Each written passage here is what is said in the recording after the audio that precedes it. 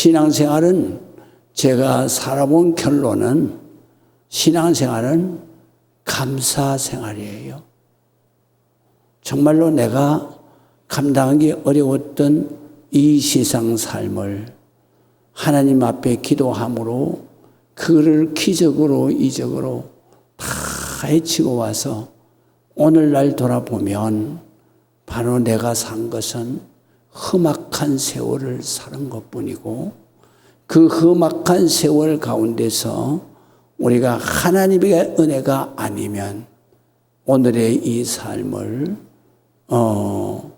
존재하지도 그리고 이어가지도 못했을 것이다.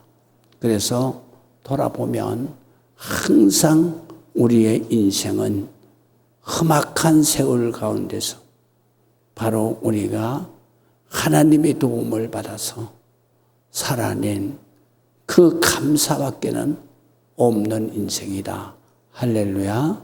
여러분들도 그런 인생을 앞으로 남은 생애 동안에 열심히 하나님 앞에 기도해서 그런 인생을 이어 살고 그리고 하나님 부르시는 그날에는 정말로 자는 듯이 부르심의 기쁨으로 부활 영생에서 우리가 거기에서 다시 만나는 기쁨이 그리고 다시 이어지는 우리 내생의 영생 복락이 여러분들에게 임하기를 주의 이름으로 축복합니다.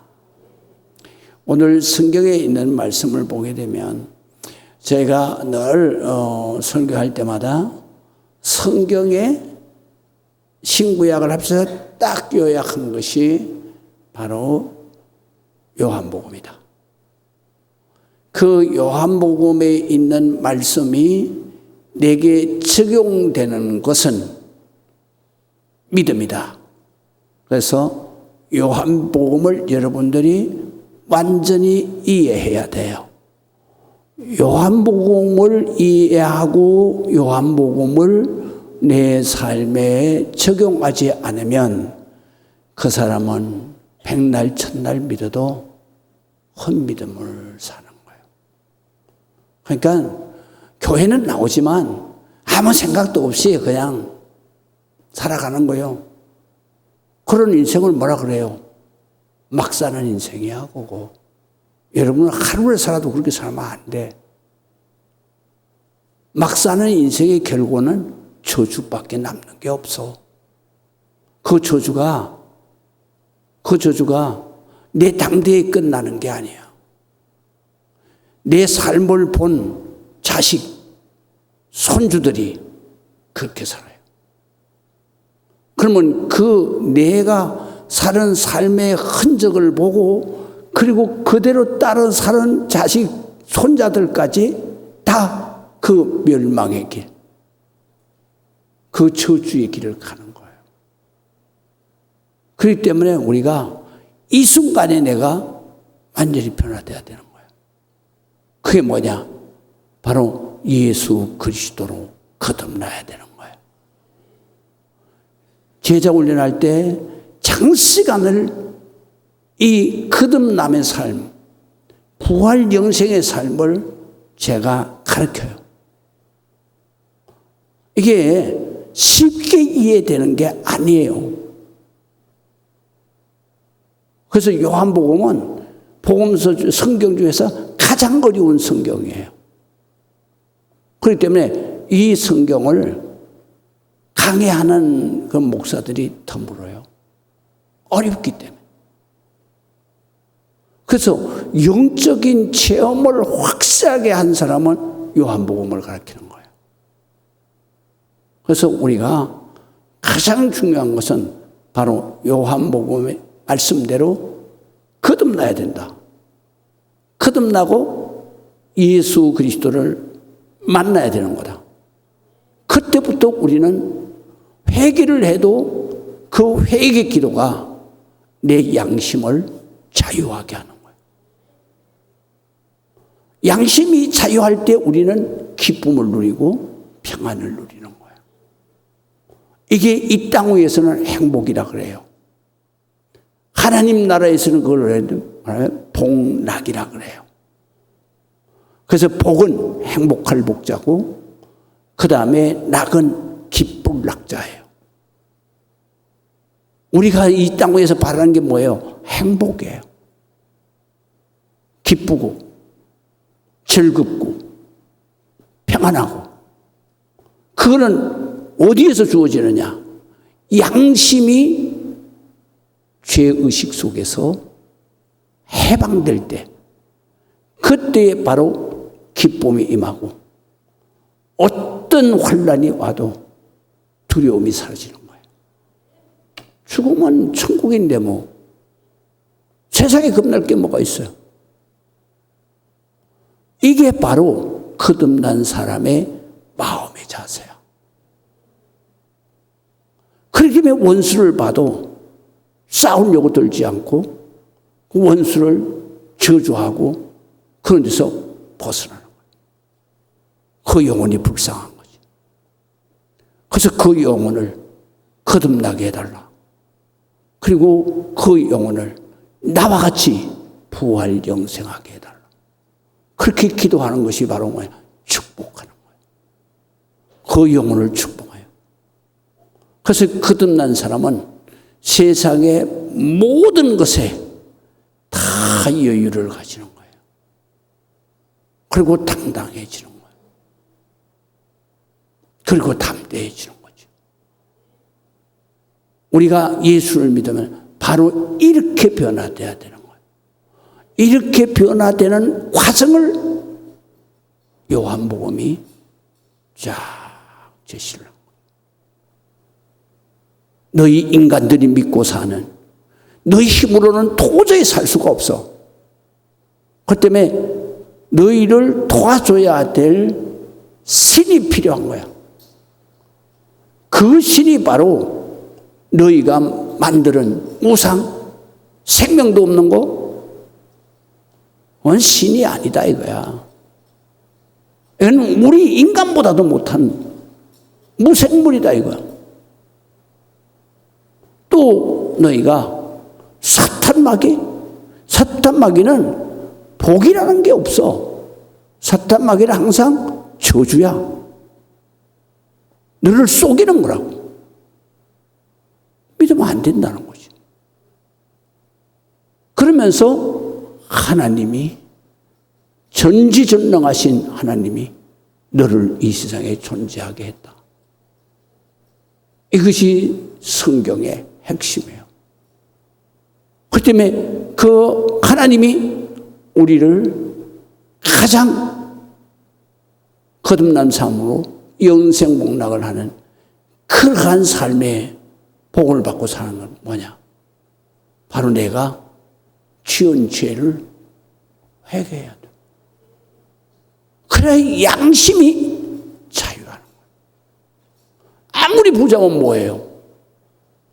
양심의 죄의식 때문에 14층에서 뛰어내리잖아요. 그 사람이 행복해요? 행복하지 않아요. 그러니까 우리가 정말로 인생에 가장 추구하는 게 뭐예요? 양심의 가책에서 해방되는 거예요. 그럴 때 우리는 기쁨을 누리는 삶을 살고 어떤 환난이 와도 불안하지 않은 거예요. 하나님이 책임을 주시니까. 그러니까 항상 평안한 거예요. 어떤 악한 질병이 걸려도 담대한 거예요. 왜? 바로 내가 죽으면 천국인데 뭐. 할렐루야. 이것은 우리의 죄를 씻어야 양심의 가책에서 자유를 얻는 거예요. 그럴 때는 당당해지는 거예요. 이게 바로 거듭난 삶이라는 거예요. 이렇게 거듭난 사람은 바로 이 땅 위에서 하나님이 이 세상에 있는 나를 이처럼 사랑하사. 왜? 하나님이 내 영혼의 아버지, 마음의 아버지니까. 극진히 사랑하신다. 그래서 독생자 바로 그리스도, 하나님이 인간의 옷을 입고 인간의 역사 가운데 들어왔으니 이를 믿는 자마다 그가 운위의 죄를 대신 갚아서 회개하면 양심의 자유가 죄책감이 사라지고 양심의 자유가 있어. 무슨 일을 하더라도 기쁨이, 무슨 환난 가운데 있을 때에도 평안이, 어떤 그러한 무서운 고난이 오더라도 담대하고 당당하게 살아갈 수 있다. 이것이 바로 죽어서 하나님 나라에 들어갈 때는 영생복락이 되는 거예요. 영원히 행복한, 영원히 기쁜 세계, 아버지와 함께 누리는 우리의 내세의 미래가 열리는 거예요. 그렇기 때문에 우리가 어떤 악한 질병이 걸렸더라도 내가 하나님 고쳐주시면 더 기쁨으로, 더 은혜로 살고, 하나님이 너 이제 됐다 그러면 하나님 나라에 들어가서 영원한 복락. 할렐루야. 그것을 너희가 어떻게 거듭날 수 있냐? 이 말씀을 하나님의 말씀으로 믿고, 그리고 이 말씀을 그대로 믿을 때 바로 내가 이런 미래로 나아가게 되는 거다. 그래서 요한복음이 성경의 핵심인 말씀이고, 그것을 믿게 하는 것이 뭐냐? 로마서예요. 로마서. 우리는 그거를 믿어야만 하나님의 자녀가 되고, 그거를 믿어야만 내가 신령과 진정으로 예배하게 되고, 그거를 믿어야만 하나님이 항상 나와 함께 계셔서 어떤 환난도 나를 예수 그리스도의 사랑에서 끊을 수가 없다. 우리가 이런 삶으로 사는 것이 바로 하나님의 자녀의 영원한 축복의 삶. 이를 공부하기 위해서는 우리가 요한복음을 조각조각으로 설교 들으면 이해가 안 돼. 그렇기 때문에 요한복음을 한 줄로 쫙 끼워서 그래서 공부를 해야만, 그래야만 성경의 내용을, 성경을 다 읽진 않았지만 그러나 성경의 핵심은 바로 이거였구나. 그래서 붙들고 가는 거예요. 이제 이해가 되시죠? 그래서 우리가 요한복음을 지금 이제 6장 들어가는데 지금까지 정리를 해드리면 1번이 뭐냐? 바로 하나님이 말씀으로 천지를 창조하셨는데 그 말씀 소프트웨어가 바로 하나님이시다. 그 소프트웨어 하나님이 바로 이 땅 위에 인간의 옷을 입고 오신 분이 바로 그리스도다. 메시아다. 메시아는 하나님이 인간의 옷을 입고 오신 분이다. 그래서 그리스도, 메시아라고 해요. 그분이 바로 예수다. 예수라는 이름도 역시 그는 자기 백성을 저희 죄에서 구원할 자이심이니라. 메시아라는 뜻입니다.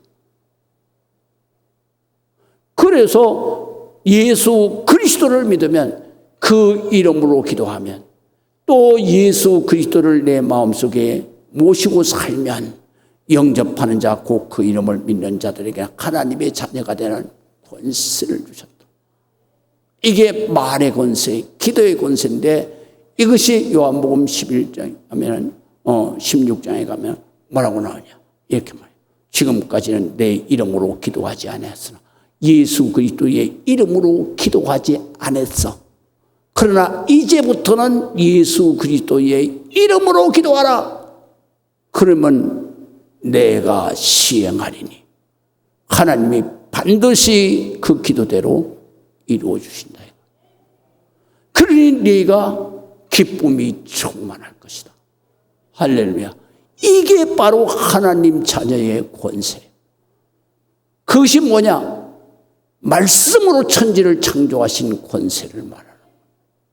그 소프트웨어의 권세란 말이에요. 그 권세를 가지고 우리가 살아가는 거예요. 그렇기 때문에 우리는 사나 죽거나 누구를 위해서? 주를 위해서. 우리가 어떤 일을 만나도 뭐를 해요? 주의 이름으로 기도해서 반드시 승리하게 되는 거예요. 할렐루야. 이런 훈련을 받는 거예요. 그래서 1장이 바로 내가 믿는 신은 절대자 전능하신, 전지전능하신, 영원무궁하신 하나님, 그분이 바로 나의 아버지다. 할렐루야. 그분이 바로 나와 같이 똑같이 인간이 돼서 우리 가운데 거하심에 그가 바로 예수 그리스도, 나의 구주다. 나를 살려내시는 하나님이다. 할렐루야. 2장에는 뭐가 나옵니까? 2장에는 우리가 이 하나님의 세계로 들어가려고 하면 내가 근본적으로 바뀌어야 된다. 근본적으로 바뀌는 게 뭐예요? 내가 육신을 중심으로 한 삶이 근본적으로 하나님을 중심으로 한 삶으로 바뀌어야 되는 거예요. 그래서 기적이 뭐예요? 가나의 기적이 2장에 물이 변해야 된다는 거죠. 뭘로 변해야 돼? 포도주로 변해야 돼. 왜 포도주로 변하냐? 바로 예수님께서 십자가에서 피 흘리신 그 피를 우리가 매일 마시며 주님이 다시 올 때까지 기념하는 게 뭐냐? 바로 포도주. 예수님이 그 포도주를 영생하는 음료라 그랬어. 우리가 우리의 삶이 완전히 세상적으로 내 욕심과 내 욕망에 의해서 이끌려가던 삶을 완전히 내가 포기하고, 그리고 예수 그리스도가 내 안에 계셔서 항상 예수 그리스도의 그 사랑과 예수 그리스도의 의로운 바른 마음을 가지고 하나님 앞에 날마다 지은 죄를 씻어서 선결하고 그 신령한 마음을 가지고 내가 하나님 전에 들어와서 신령과 진정으로 예배할 때 하나님이 그 가운데 임재해 계시면서 우리의 기도와 우리의 형편과 처지를 다 보시고 하나님이 다 해결해 가는 거다. 그래서 2장은 너희가 완전히 변해야 된다. 어떻게? 물이 변해서 바로 예수 그리스도의 보혈과 같이 예수 그리스도의 모습으로 변해야 되는 거다. 그래서 우리를 크리스찬이라고 하는 것은 무슨 뜻이냐면 작은 그리스도다. 작은 그리스도. 그래서 그리스도를 닮은 그런 사람들이다. 그래서 크리스찬이라고 해요. 이제 이해가 되시죠? 그래서 이 장은 우리가 완전히 변해야 된다. 이 변하지 않으면 이거는 백날 천날 믿어도 아무 의미가 없어. 복이라는 걸 모르기 때문에, 행복이라는 걸 모르기 때문에. 그 다음에 3장에는 뭐가 나와요? 바로 3장에는 니고데모라고 하는 그 유대 랍비, 최고의 지도자, 최고의 선생님을 랍비라고 그래요.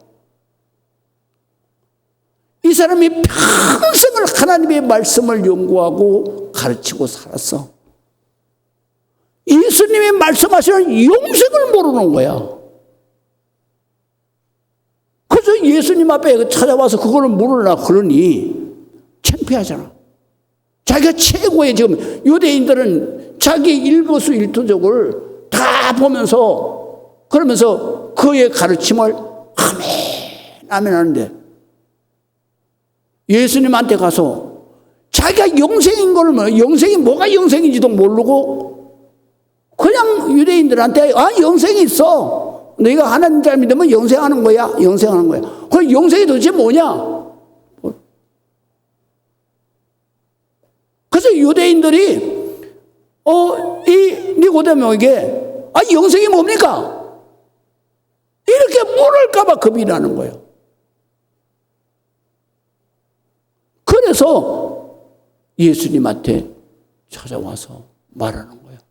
예수님, 내가 보니까 예수님은 나는 아무것도 아닙니다. 예수님은 하늘에서 오신 분 같습니다. 어떻게 해야 영생을 받습니까? 이렇게 묻잖아. 아니, 성경을 가르치는 사람이 어떻게 해야 영생을 받느냐고 예수님한테 묻는 거야. 예수님 왜 네가 유대인의 랍비라 하면서 아직도 그걸 모르느냐? 네 생각하기에 어떻게 해야 영생을 받는다고 생각하냐? 그랬더니 그럼 말씀대로 착하게 살아야 되나요?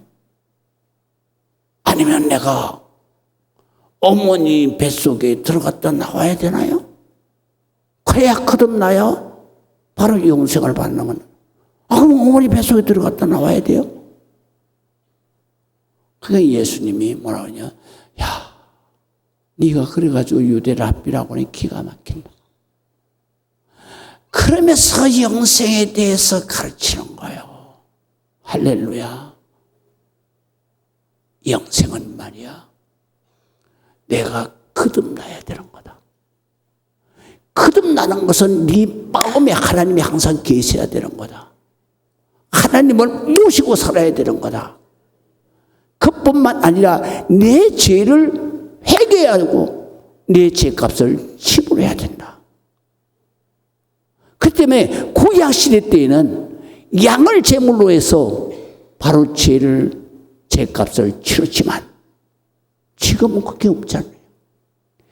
그래서 이 너의 죄값을 대신 지불하려고 바로 메시아가 오시겠다고 성경에 기록되지 않았느냐. 그 그리스도가 바로 이거를 해결하고 내 모든 죄를 대신 갚아주신 것을 믿고 회개할 때 내가 거듭나는 것이다. 거듭나는 것은 네 마음속에 하나님이 항상 계시는 거다. 그래서 그 하나님이 계시면서 너의 마음을 다 아시고 네가 기도할 때 마음속으로 이렇게만 해도 하나님은 다 아시고 해결해 주시는 거다. 그렇게 살다가 내가 죽었을 때에는 바로 그냥 하나님의 세계가 열리는 거다. 할렐루야. 그랬더니 니고데모가요, 그때 깨달은 거예요. 그래도 자기 지위가 있으니까 예수님을 따라다닐 수가 없어. 그러다가 예수님이 십자가에 못 박혀 죽으셨을 때 니고데모가 바로 예수님의 시신을 아리마다 요셉과 함께 그 묘에다 모셨다. 할렐루야. 정작 성경을 가르치는 최고의 랍비도 영생을 모르고 그 영생을 지금 여러분들이 지금 깨닫는 거잖아요. 할렐루야. 여러분 교회 가서 열심히 예배를 드리고 하는데 설교를 다 듣죠. 설교 잘하시는 목사님이 참 많아요. 여러분들이 듣기 편하게, 깨닫기 쉽게 그렇게 가르쳐요. 그런데 왜 하필이면은 영생은 빼놓고 가르치냐고. 지금 대한민국 교회가 이게 문제가 심각한 거예요. 왜 요한복음은 빼놓고 가르치냐 이거예요. 왜 빼놓고 가르치냐? 목사님들이 공부해가지고는 영생을 모르는 거예요. 예수님을 기적으로 예수님을 꿈에라도 예수님을 만난 사람, 그 사람이 영생을 깨닫게 되는 거예요. 이제 아시겠습니까? 그래서 지식적으로 가르치는 것은 아무 의미가 없어. 그래서 영생이라고 하는 것을 지금 대한민국 교회의 목사들 또 가톨릭의 이 신부들 조사를 했어요. 당신이 부활 영생하는 것을 믿느냐? 놀라지 마세요. 신부는 41%가 믿는다 그랬어요. 나머지 59%는 못 믿는다. 그러면 이게 바로 언제 한 거냐면 90년대에 조사한 겁니다. 그때는 목사님들이 정말 영적인 목사님이 많았어요. 그래서 목사님들한테 물으니까 그때는 얼마가 나냐 목사님이 60%가 나왔어요. 난 천국 부활 영생을 믿습니다. 60%. 지금은요 목사들한테 물으면 신부만큼도 안 나올 거예요. 신부는 30%도 안 나올 겁니다. 이런 사람들 천국 가겠어요? 부활 영생을 모르는데 어떻게 천국을 가요? 못 가는 거지. 목사님들, 신부들도 그래. 우리는 오늘 믿었든지 10년 믿었든지 30년 믿었든지 부활 영생을 아는 그 순간부터 그 사람은 천국 가는 거예요. 할렐루야. 여러분들 가만히 손 얹고 기도해 보세요. 난 진짜 부활 영생을 아냐? 나는 오늘 밤에 죽어도 천국에서 눈 뜰 수 있냐? 여러분 스스로가 깨달아야 돼. 요한복음을 이만큼 공부했으니까 여러분들이 다 깨달아야죠. 4장에는 이 귀한 말씀을 전하는 사람이 아무도 없어. 그래서 예수님이 사마리아 성에 수가성에 7번 소방 맞고 8번째 동거하는 그 정말 남부끄러워서 살기 힘든 그 여자에게 찾아가서 부활 영생을 가르치고 예배를 가르쳤어요. 그랬더니 이 여자가 적극적으로 당신이 그러면 그리스도입니까? 라고 물었어. 그랬더니 바로 네가 말하는 그가 바로 나다. 그때 이 여자는 그 자리에서 물동이를 버려두고 뛰어들어가서 온 동네 사람들한테 내가 그리스도를 만났다. 나와봐라. 그래가지고 사마리아성의 모든 사람이 예수 그리스도를 믿고 부활 영생하게 되는 거예요. 할렐루야. 그래서 교회가 존재하는 이유를 여기에서 예수님이 말씀하신 거예요. 교회는 뭐 때문에 존재하느냐?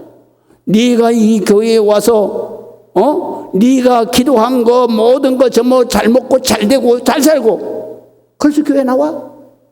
아니야. 그럼 뭐라고 그랬어? 너와 같이 영생하는 거듭나서 영생하는 그러한 부활 영생하는 모든 영혼을 그렇게 영생하도록 내가 전해야 되는 거다. 네가 받았으니까 받은 감사를 전해야 되는 거다. 그래서 전하는데 어디서부터 전해? 내 가족부터 살려내라 이거야. 살려내라. 어떤 권사님 남편이 죽었는데 그런데 그 영적인 분이 보니까 그 남편이 죽어서 사탄 마귀에게 막 끌려서 가는데 그런데 그 자기 부인이 그 밑에서 보고만 있더래. 그런데 영적으로 보신 분이야. 근데 뭐라고 하냐면 이렇게 말하더래. 막 끌려가면서 네가 그렇게 좋다던 천국이 확실하게 있으니까. 그러니까 네가 이걸 확실하게 믿었으면 나한테 매가지를 끌고서라도 나를 교회 데리고 가야 됐을 거 아니냐고. 그러면서 자기 부인을 그렇게 끌고 가지 않은 것을 지옥으로 끌려가면서 저주하더래. 이 나쁜 액수야. 그렇게 좋은 천국이 있었으면 왜 내가 안 간다고 그럴 때 내 모가지를 끌고서라도 거기 갔어야지. 나를 내버려둬가지고 내 지옥 가게 하냐고. 그러니까 우리는 이걸 깨달으면 제일 먼저 살려내야 될 사람은 누구요? 내 가족이야. 할렐루야. 그래서 사마리아 여인에게 딱 찾아가서 그걸 가르치는 거예요.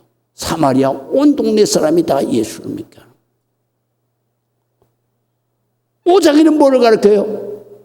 38년 된 그 환자를 살리면서 뭐를 가르치느냐면 내가 죽어도 살겠고 너는 반드시 부활 영생해야 된다는 걸 가르치는 거예요. 38년 된 병을 고치고 건강하게 그게 문제가 아니다 이거요. 너는 머지않아서 이 세상을 끝내야 되는데 끝냈을 때 네가 어디로 갈 거냐는 얘기예요. 그래서 우리가 5장을 보게 되면 사망부에는 베세다 연못가에서 38년 된 이 환자가 건강을 회복하고 예배 성전에 가서 예배를 드리는데 그 후반부에 뭐냐면 이 사람이 예배를 드리면서 예수님이 거기에 나타났을 때 바로 나를 고치시니까 저분이시다. 그랬을 때에 그 예수님이 거기에 모여있는 모든 사람들에게 38년 된 병자를 난 게 그렇게 대단하냐? 아니다 이거야. 진짜 우리 인간에게 중요한 것은 내가 죽어도 살겠고 살았을 나를 믿는 자는 영원히 죽지 아니하리라. 내가 이거를 믿는 게 중요하다 이거야. 할렐루야. 그래서 우리는 5장의 공부를 하는 거예요. 그 다음에 6장의 정오를 넘어왔어요. 6장에는 뭐냐면 바로 이런 기적의 역사를 일으키면서 그러면서 성전에서 이 38년 된 건강한 사람이 예수 그리스도를 증거하니까 얼마나 많은 사람들이 몰려들었겠어요. 그 사람들이 예루살렘에서 갈릴리로 이동하는 예수님을 따라서 거기까지 운집해서 온 거예요. 그래서 오늘 1절에 보세요. 그 후에 예수께서 디베랴 갈릴리 바다 건너편 벳세다라고 부릅니다. 거기에 가심에 큰 무리가 따르는데 바로 이 사람들이 어떤 사람이냐? 이는 병자, 바로 38년 된 병자에게 행하신 표적을 보았으므로 예수님이 그리스도라는 것을 알고 따라온 거예요. 어디까지? 바로 예루살렘에서 갈릴리까지, 북쪽까지. 예수께서 산에 올라가셔서, 그러니까 산이 동산이에요. 이렇게 언덕진데요. 거기에 올라가셔서 밑으로 이렇게 많은 군중들을 이렇게 모아놓고 거기에서 가르치는 거예요. 산으로 오르사 제자들과 함께 거기에 앉으시니 마침 유대인의 명절인 유월절이 가까운지라 예수께서 눈을 들어 큰 물이 자기에게 오는 것을 보시고 빌립에게 이르시되 야 우리가 어디서 떡을 사다가 이 사람을 먹이겠느냐 그렇게 물으셔. 요 묻는 것도 왜 묻느냐라는 것을 여기에 설명을 해놨어요. 요한이 제자기 때문에. 그래서 예수님의 중심을 아시고 뭐라고 기록되어 있냐 하면 이렇게 말씀하시면 친히 어떻게 하실지를 아시고 예수님은 축사해가지고 이 5천원 딱 먹인다 이거. 뭐 하나님이 다 아시는 거예요. 그런데 왜 그렇게 하시면 되는데 왜 빌립을 지목하는 거예요? 빌립을 지목해서 야 이 사람을, 이 사람, 우리가 어디서 떡을 사서 이 사람에게 먹이겠느냐? 빌립에게 묻는 거야, 빌립에게.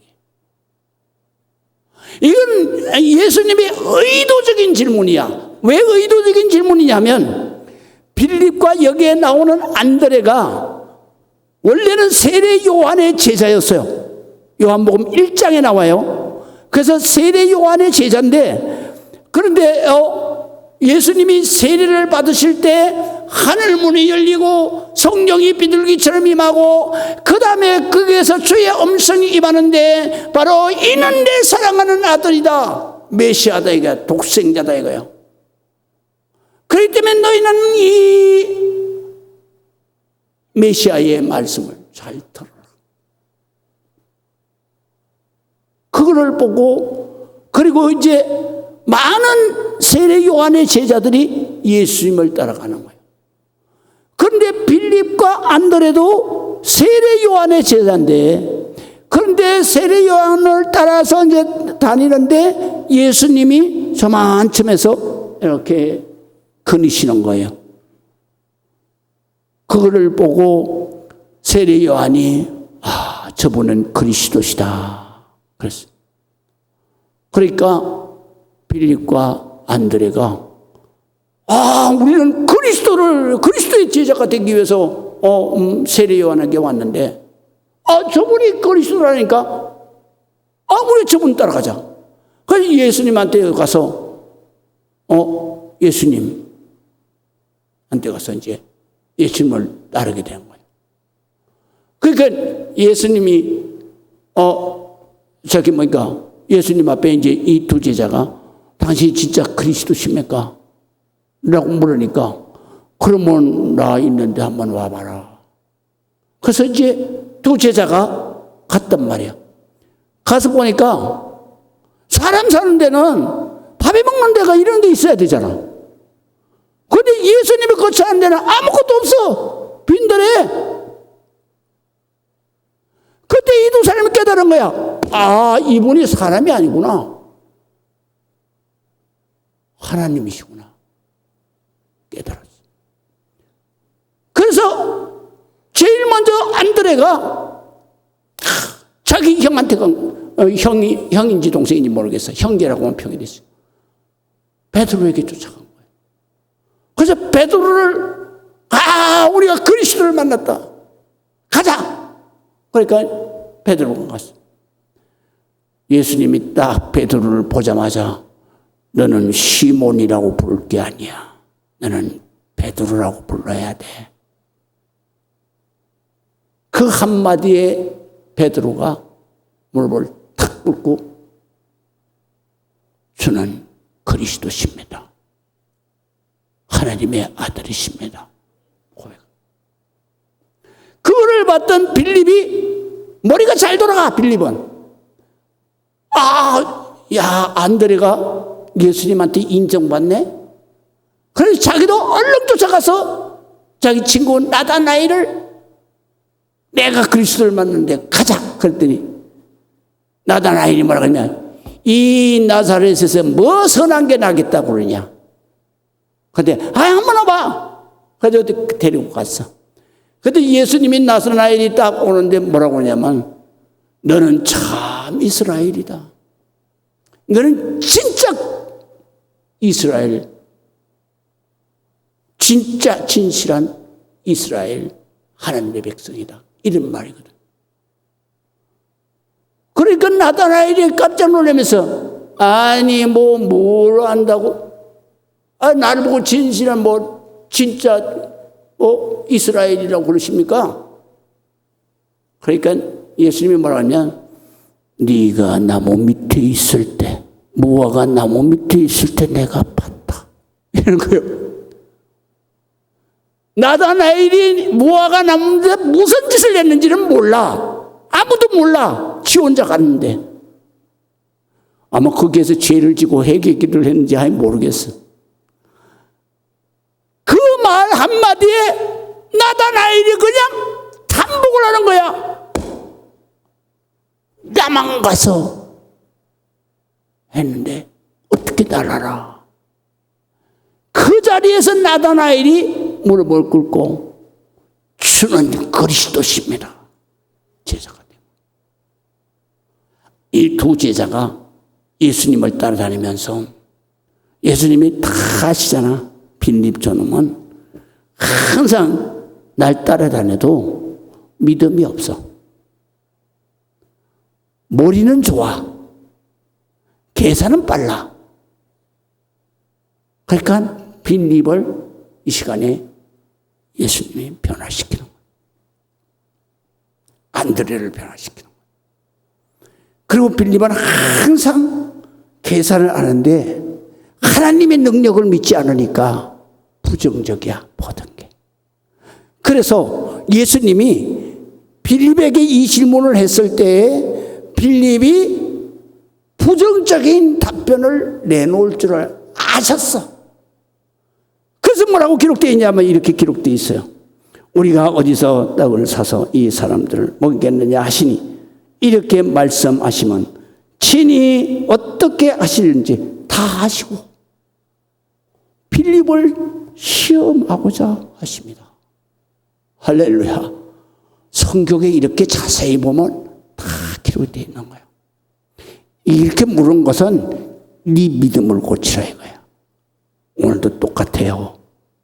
여러분이 이 자리에 임재해 계시고 그 다음에 예수님은 지금 육신의 말 안 입고 있기 때문에 육신의 말로 여러분에게 말할 수는 없어. 그러니까 주의 종을 통해서 지금 말씀하시는 거예요. 너 빌립 같으면 빨리 회개하라. 할렐루야. 예배 와서 이런다고 네가 예배가 되냐? 네가 진짜를 알아야 되는 거야. 예수 믿는 사람, 하나님을 믿는 사람은 하나님의 능력을 절대적으로 믿어야 되는 거예요. 할렐루야. 절대적으로 믿는 사람이 누구야? 바로 안드레야. 안드레는 빌립한테 그렇게 말씀하시는데 빌립이 부정적인 대답을 하잖아. 그러니까 예수를 암만 오래 믿어도 지 생각대로 그 다음에 계산해서 그렇게 믿는 사람은 그 사람은 하나님의 전능을 안 믿는 사람이야. 실컷 하나님 앞에 기도해놓고는 지가 가서는 누구한테 돈 빌려다가 이렇게 맞고 누구한테 돈을 어떻게 해가지고 이렇게 막아야지. 굿이라고. 빌립 같은 사람은 어떤 사람? 내가 집사 권사만 하면서도 그러면서 안 벌렸다 그러면 그럼 뭐 목사님이 너 40일 새벽 기도해. 그럼 뭐라 그러냐면 내가 지금 항암 맞아서 죽을 팔리고 움직이지도 못하고 어마어마한 밥도 못 먹고 있는데 목사는 내 사정을 알지도 못하고 40일 새벽 기도하라고. 에라이. 그리고 그냥 아예 기도하러도 안 나와. 그럼 죽지. 하나님의 치료하심을 믿으면 항암을 맞아서 정말 아무것도 못 먹어도 뭐 어차피 금식기도 하는데 뭐 아멘을 안 하시네. 그리고 내가 고침을 받았어. 그렇지만 완전하게 고침을 못 받고 그리고 내가 뭐 요양원에 가서 중환자실에서 이거 파이프 막 9개, 10개, 8개, 9개 꽂아놓고 할딱거리고 있으면 그래 살고 싶어? 차라리 그냥 딱 끊어버리지. 그럼 빨리 데려가시는 게 제일 좋지. 아멘 안 하시네. 우리 교회에 이렇게 실천한 제자가 있어요. 바로 최홍대 장로님이요. 그분의 위암으로다가 판결을 받았어요. 그래가지고 나한테 상담을 했어요.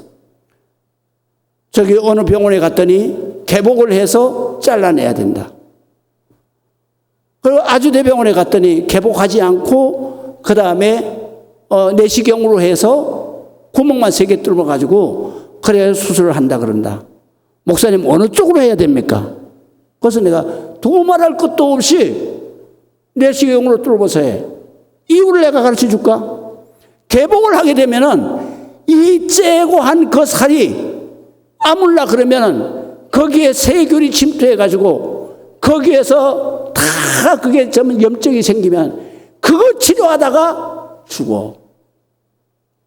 그렇기 때문에 개복을 하지 않고 한다 그러면 구멍만 3개 뚫으면 그러면 이틀 만에 나왔어요. 이틀 만에. 그러니까 항생제를 맞을 필요가 없는 거야. 그래가지고 10년인가를 살았어요. 그랬는데 아주대 병원에 가서 검진하니까 암이 재발돼가지고 다 퍼져버렸어. 그러니까 장로님이 이만큼 살았으면 됐죠. 치료 거부해버렸어. 그리고 그날서부터 나보고 와서 예배 드려달라 그래. 치료 거부하고.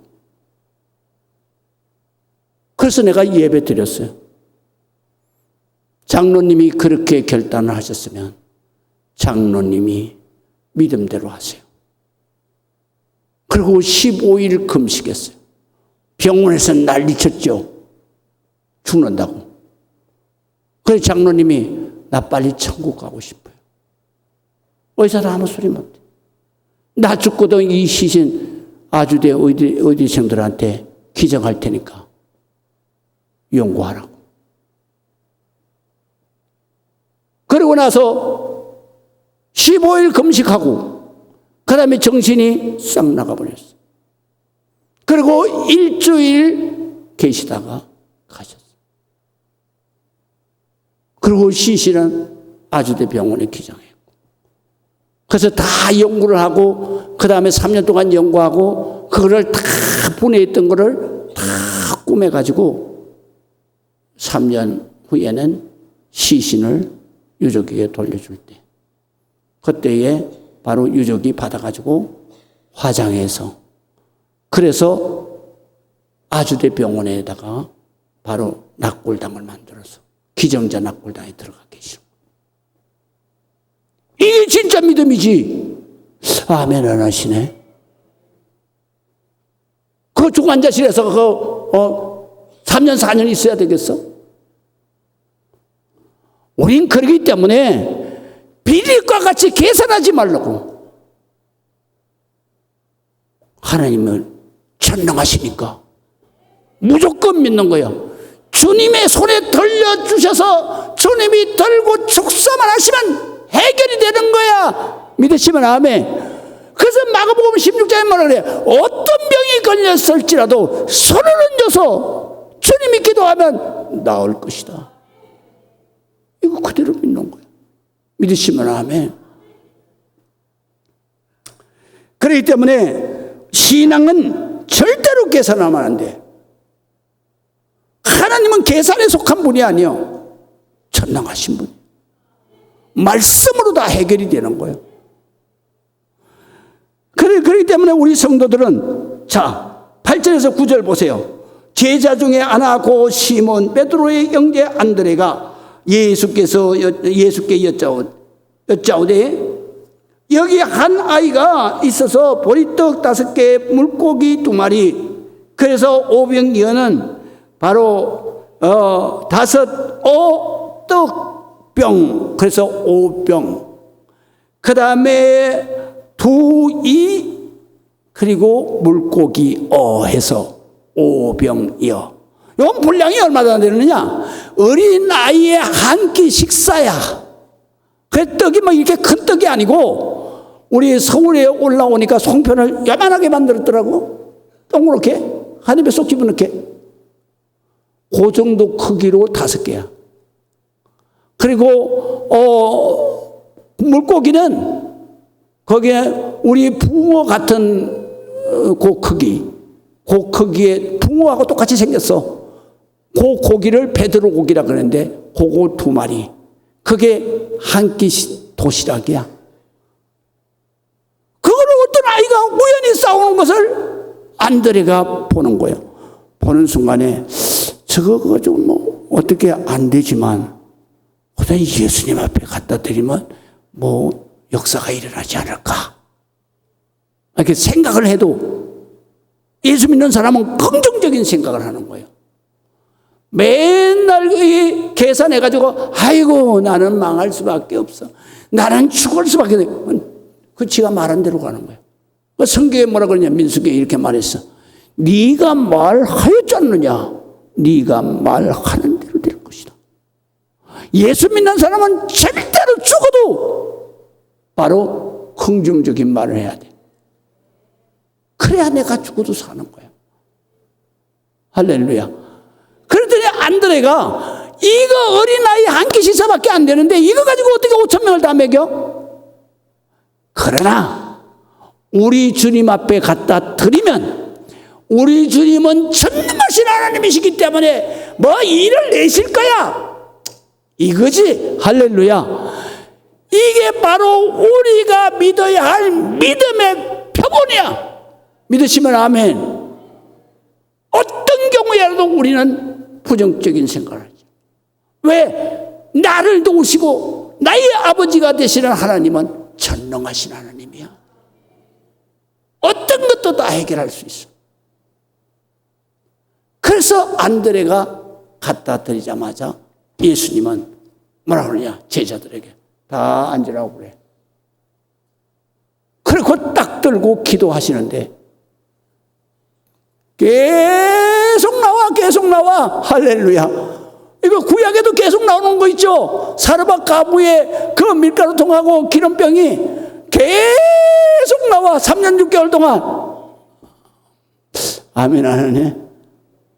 하나님의 역사는 계속 나오는 역사다.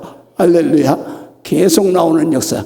그것도 있어요. 엘리야 시대 때의 말이죠. 그 신학생 부인이 그 신학생이 젊은 나이에 죽자마자 뭐라 그랬어요?